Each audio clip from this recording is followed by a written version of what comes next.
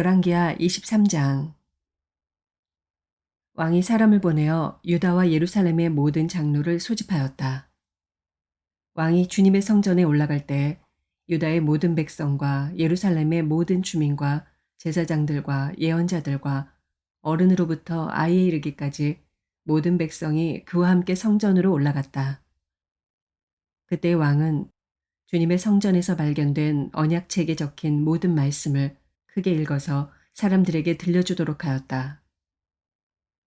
왕은 기둥 곁에 서서 주님을 따를 것과 온 마음과 목숨을 다 바쳐 그의 계명과 법도와 율례를 지킬 것과 이 책에 적힌 언약의 말씀을 지킬 것을 맹세하는 언약을 주님 앞에서 세웠다. 온 백성도 그 언약에 동참하였다. 왕은 hil기야 대제사장과 부제사장들과 문지기들에게 바알과 아세라와 하늘의 별을 섬기려고 하여 만든 기구들을 주님의 성전으로부터 밖으로 내놓도록 명령하였다. 그리고 그는 예루살렘 바깥 기드론 들판에서 그것들을 모두 불태우고 그 태운 재를 베델로 옮겼다. 그는 또 유다의 역대 왕들이 유다의 성읍들과 예루살렘 주위에 있는 산당에서 분향하려고 임명한 우상을 숭배하는 제사장들을 내쫓았다. 그리고 바알과 태양과 달과 성좌들과 하늘의 별에게 제사 지내는 사람들을 모두 몰아냈다. 그는 아세라 목상을 주님의 성전에서 예루살렘 바깥 기드론 시내로 드러내다가 그곳에서 불태워 가루로 만들어서 그 가루를 일반 백성의 공동묘지 위에 뿌렸다. 왕은 또 주님의 성전에 있던 남창의 집을 깨끗이 없애었다. 이 집은 여인들이 아세라 숭배에 쓰이는 천을 짜는 집이었다. 그는 유다의 모든 성읍으로부터 모든 제사장을 철수시켜 예루살렘으로 불러들였다. 그리고 게바로부터 브엘세바에 이르기까지 그 제사장들이 제사하던 산당들을 모두 부정하게 하였다.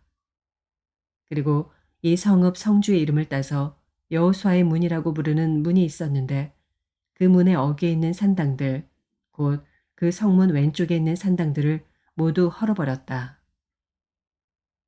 산당의 제사장들은 예루살렘에 있는 주님의 제단에 올라가지 못하게 하였으나 누룩이 들지 않은 빵은 다른 제사장들과 함께 나누어 먹게 하였다. 그는 또 흰놈의 아들 골짜기에 있는 도벳을 부정한 곳으로 만들어 어떤 사람도 거기에서 자녀들을 몰래에게 불태워 바치는 일을 하지 못하게 하였다. 또 그는 유다의 왕들이 주님의 성전 어귀, 곧 나단 멜렉 네시의 집 옆에 있는 태양신을 섬기려고 하여 만든 말의 동상을 헐어버리고 태양술에도 불태워버렸다. 또 그는 유다 왕들이 만든 아하스의 다락방 옥상에 세운 제단들과 므낫세가 주님의 성전 안팎들에 세운 제단들을 모두 제거해서 부순 뒤에 가루로 만들어 기드론 시내에 뿌렸다. 또 그는 이스라엘 왕 솔로몬이 시돈 사람들의 우상인 아스다롯과 모압 사람들의 우상인 그모스와 암몬 사람들의 혐오스러운 밀곰을 섬기려고 예루살렘 정면 멸망의 산 오른쪽에 지었던 산당들도 모두 허물었다. 그리고 석상들은 깨뜨리고 아세라 목상들은 토막토막 자르고 그곳을 죽은 사람의 뼈로 가득 채웠다. 왕은 또 느밧의 아들 여로보암이 베들에다 만든 제단, 곧 이스라엘로 죄를 짓게 한 그 제단과 산당도 헐었다. 그는 산당을 불태워 가루로 만들었고 아세라 목상도 불태웠다. 요시아는 또 산 위에 무덤이 있는 것을 보고 사람을 보내어 그 무덤 속의 뼈들을 꺼내어서 제단 위에 모아놓고 불태웠다. 그렇게 하여 그 제단들을 부정하게 만들었다. 그래서 한때 하나님의 사람이 이 일을 두고 예언한 주님의 말씀대로 되었다. 요시아가 물었다. 저기 보이는 저 비석은 무엇이냐? 그 성읍의 백성이 그에게 대답하였다. 유다에서 온 어느 하나님의 사람의 무덤입니다. 그는 베델의 제단에 관하여 임금님께서 이런 일들을 하실 것이라고 미리 예언하였던 분입니다. 왕이 말하였다. 그 무덤은 그대로 두어라. 그리고 아무도 그의 유해를 만지지 못하게 하여라. 이렇게 하여 그들은 그의 뼈와 사마리아에서 온 예언자의 뼈는 그대로 두었다. 이스라엘 왕들이 사마리아 도성의 언덕마다 세워 주님의 분노를 돋우었던 모든 산당을 요시아가 이렇게 헐었다. 그는 베델에서 한 것처럼 하였다. 더욱이 그는 그곳 산당에 있는 제사장들을 모두 제단 위에서 죽이고 사람의 뼈를 함께 그 위에서 태운 뒤에 예루살렘으로 돌아갔다. 왕이 온 백성에게 명령을 내렸다. 이 언약책에 기록된 대로 주 당신들의 하나님께 감사드리는 유월절을 준비하십시오. 사사들이 이스라엘을 다스리던 시대로부터 이스라엘과 유다 왕들의 시대에 이르기까지 어느 시대에도 이와 같은 유월절을 지킨 일은 없었다. 요시야 왕 제18년에 이르러서야 비로소 예루살렘에서 주님을 기리는 유월절을 지켰다. 요시야는 대제사장 hil기야가 주님의 성전에서 발견한 책에 기록된 율법의 말씀을 지키려고 유다 땅과 예루살렘에서 신접한 자와 박수와 드라빔과 우상과 모든 혐오스러운 것들을 눈에 보이는 대로 다 없애버렸다. 이와 같이 마음을 다 기울이고 생명을 다하고 힘을 다 기울여 모세의 율법을 지키며 주님께로 돌이킨 왕은 이전에도 없었고 그 뒤로도 다시 나타나지 않았다. 그러나 주님께서는 유다에게 쏟으시려던 그 불타는 진노를 거두어 들이시지는 않으셨다. 므낫세가 주님을 너무나도 경노하시게 하였기 때문이다. 그래서 주님께서는 이렇게 말씀하셨다. 이스라엘을 내가 외면하였듯이 유다도 내가 외면할 것이요. 내가 선택한 도성 예루살렘과 나의 이름을 두겠다고 말한 그 성전조차도 내가 버리겠다. 요시아의 나머지 행적과 그가 한 모든 일은 유다 왕 역대지락에 기록되어 있다. 그가 다스리고 있던 때에 이집트의 바로 느고 왕이 아시리아 왕을 도우려고 유프라테스 강 쪽으로 올라갔다. 요시아 왕이 그를 맞아 싸우려고 무깃도로 올라갔으나 바로 느고에게 죽고 말았다. 요시아의 신하들은 죽은 왕을 병거에 실어 무깃도에서 예루살렘으로 옮겨와서 그의 무덤에 안장하였다. 그 땅의 백성이 요시아의 아들 여호아스를 데려다가 그에게 기름을 붓고 아버지의 뒤를 잇게 하였다. 여호아스는 왕이 되었을 때 23살이었다. 그는 예루살렘에서 3달 동안 다스렸다.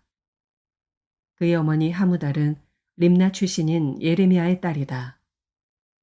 여호아스는 조상의 악한 행위를 본받아 주님께서 보시기에 악한 일을 하였다.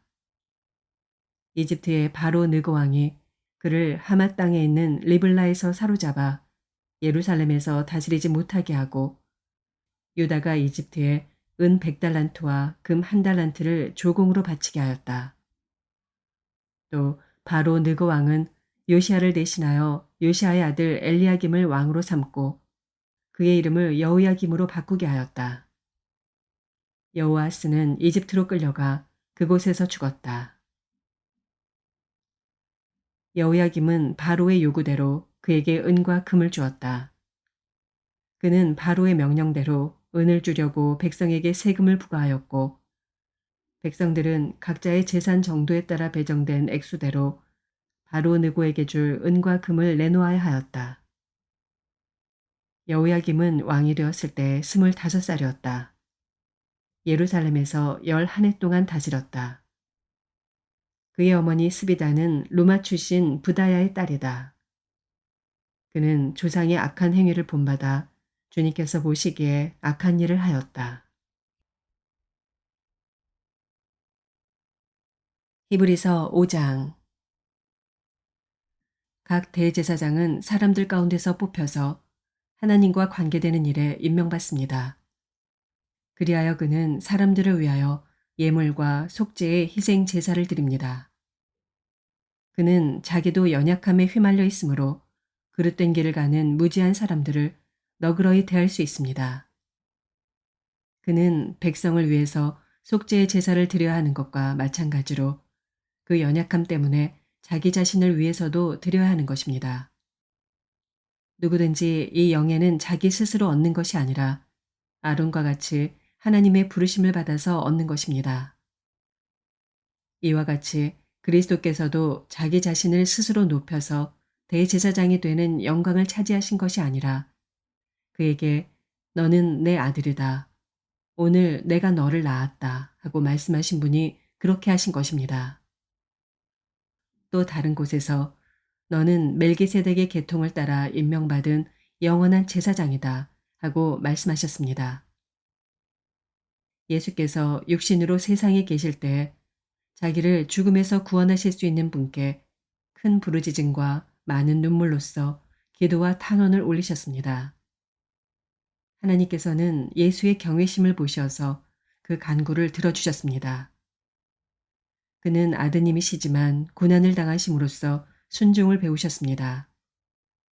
그리고 완전하게 되신 뒤에 자기에게 순종하는 모든 사람에게 영원한 구원의 근원이 되시고 하나님에게서 멜기세덱의 계통을 따라 대제사장으로 임명을 받으셨습니다. 멜기세덱에 관하여는 할 말이 많이 있지만 여러분의 귀가 둔해진 까닭에 설명하기 어렵습니다. 시간으로 보면 여러분은 이미 교사가 되었어야 할 터인데 다시금 하나님의 말씀의 초보적 원리를 남들에게서 배워야 할 처지에 놓여 있습니다. 여러분은 단단한 음식물이 아니라 젖을 필요로 하는 사람이 되었습니다. 젖을 먹고서 사는 이는 아직 어린아이이므로 올바른 가르침에 익숙하지 못합니다. 그러나 단단한 음식물은 장성한 사람들의 것입니다. 그들은 경험으로 선과 악을 분별하는 세련된 지각을 가지고 있는 사람들입니다. 요엘서 2장. 너희는 시온에서 뿔라파를 불어라. 하나님의 거룩한 산에서 경보를 울려라. 유다 땅에 사는 백성아, 모두 떨어라. 주님의 날이 오고 있다. 그 날이 다가오고 있다. 그 날은 캄캄하고 어두운 날, 먹구름과 어둠에 뒤덮이는 날이다. 셀 수 없이 많고 강한 메뚜기 군대가 온다. 마치 어둠이 산등성이를 넘어오듯이 새까맣게 다가온다. 까마득한 옛날까지 거슬러 올라가 보아도 이런 일은 없었다. 앞으로 1000만 대에 이르기까지도 다시는 이런 일이 없을 것이다. 그들이 불처럼 초목을 삼키고 지나가면 지나간 자리에서는 불꽃이 활활 타오른다. 그들이 오기 전에는 이 땅이 에덴 동산 같으나 한번 지나가고 나면 황량한 사막이 되어버린다. 그 앞에서는 살아남은 것이 하나도 없다. 그들은 떼지어 몰려오는 말과 같고 달려오는 군마와 같다. 이 봉우리에서 저 봉우리로 달리는 소리는 병거의 굉음과도 같고 불꽃이 건부를 태우는 소리와도 같다. 그들은 막강한 군대가 공격 명령을 기다리는 것 같이 전열을 갖춘다. 그들이 접근하면 모두들 자지러지고 모두들 얼굴빛이 하얗게 질린다. 그들은 용사처럼 공격하고 군인처럼 성벽을 기어오른다. 제각기 줄을 맞추어 똑바로 전진하고 아무도 진로를 벗어나지 않는다. 서로 밀치지도 않고 제각기 줄을 맞추어 진군한다.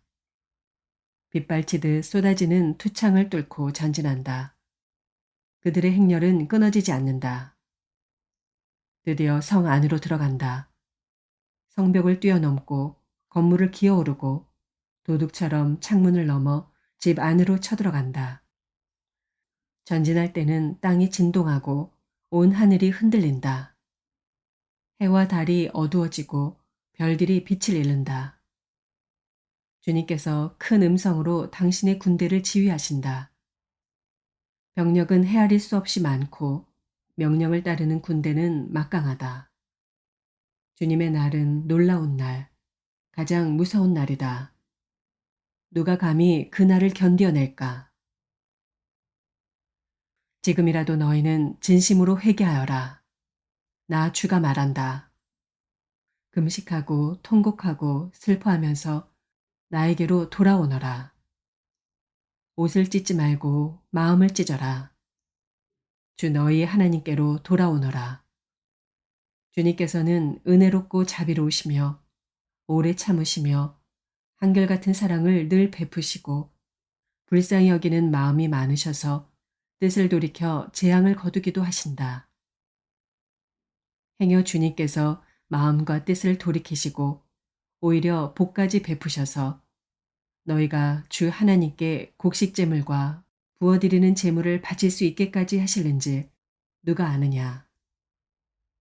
너희는 시온에서 뿔나파를 불어라. 거룩한 금식을 선포하고 성회를 열어라. 백성을 한데 모으고 회중을 거룩하게 구별하여라. 장로들을 불러 모으고 어린아이들과 젖먹이들도 불러 모아라. 신랑도 신방에서 나오게 하고 신부도 침실에서 나오게 하여라. 주님을 섬기는 제사장들은 성전 현관과 번제단 사이에서 울면서 호소하여라. 주님, 주님의 백성을 불쌍히 여겨주십시오. 주님의 소유인 이 백성이 이방인들에게 통치를 받는 수모를 당하지 않게 하여 주십시오.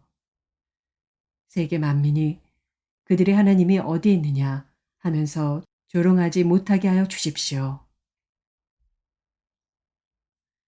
그때 주님께서 땅이 당한 일로 마음 아파하시고 당신의 백성을 불쌍히 여기셨다. 주님께서 백성에게 대답하셨다. 내가 너희에게 곡식과 포도주와 올리브 기름을 주어서 아쉬움이 없도록 하겠다. 다시는 다른 나라가 너희를 조롱거리로 만들지 못하게 하겠다. 북쪽에서 온 메뚜기 군대를 멀리 쫓아버리겠다. 메마르고 황량한 땅으로 몰아내겠다. 전위 부대는 사해에 몰아넣고 후위 부대는 지중해에 몰아넣겠다. 시체 썩는 냄새, 그 악취가 코를 찌를 것이다. 주님께서 큰일을 하셨다. 땅아, 두려워하지 말아라. 기뻐하고 즐거워하여라. 주님께서 큰일을 하셨다. 들짐승들아, 두려워하지 말아라. 이제 광야의 풀이 무성할 것이다. 나무마다 열매를 맺고 무화과 나무와 포도나무도 저마다 열매를 맺을 것이다. 시온에 사는 사람들아, 주 너희 하나님과 더불어 기뻐하고 즐거워하여라. 주님께서 너희를 변호하여 가을비를 내리셨다. 비를 흡족하게 내려주셨으니 옛날처럼 가을비와 봄비를 내려주셨다. 이제 타작마당에는 곡식이 가득 쌓이고 포도주와 올리브 기름을 짜는 틀마다 포도주와 기름이 넘칠 것이다.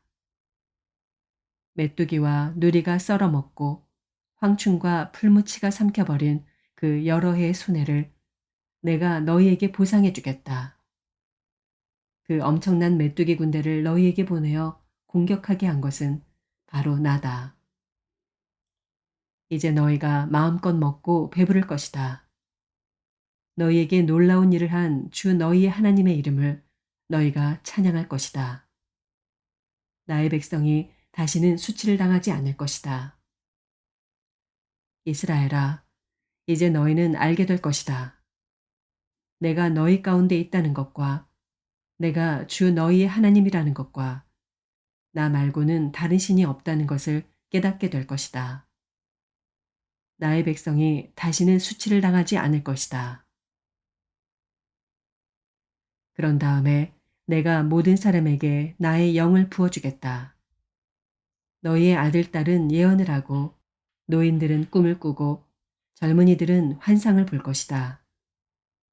그때가 되면 종들에게까지도 남녀를 가리지 않고 나의 영을 부어주겠다. 그날에 내가 하늘과 땅에 징조를 나타내겠다. 피와 불과 연기구름이 나타나고 해가 어두워지고 달이 핏빛같이 붉어질 것이다. 끔찍스럽고 크나큰 주의 날이 오기 전에 그런 일이 먼저 일어날 것이다. 그러나 주님의 이름을 불러 구원을 호소하는 사람은 다 구원을 받을 것이다. 시온산, 곧 예루살렘 안에는 피하여 살아남는 사람이 있을 것이라고, 주님께서 부르신 사람이 살아남아 있을 것이라고 주님께서 말씀하셨다.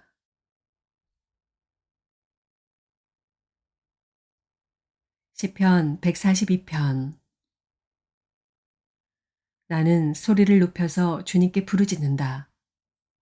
나는 소리를 높여서 주님께 애원한다. 내 억울함을 주님께 호소하고 내 고통을 주님께 아른다. 내 영혼이 연약할 때 주님은 내 갈 길을 아십니다. 사람들은 나를 잡으려고 내가 가는 길에 덫을 놓았습니다. 아무리 둘러보아도 나를 도울 사람이 없고 내가 피할 곳이 없고 나를 지켜줄 사람이 없습니다. 주님, 내가 주님께 부르짖습니다. 주님은 나의 피난처, 사람 사는 세상에서 내가 받은 분깃은 주님뿐이라고 하였습니다. 나는 너무 비참하게 되었습니다. 내가 이렇게 부르짖으니 내게 귀를 기울여 주십시오.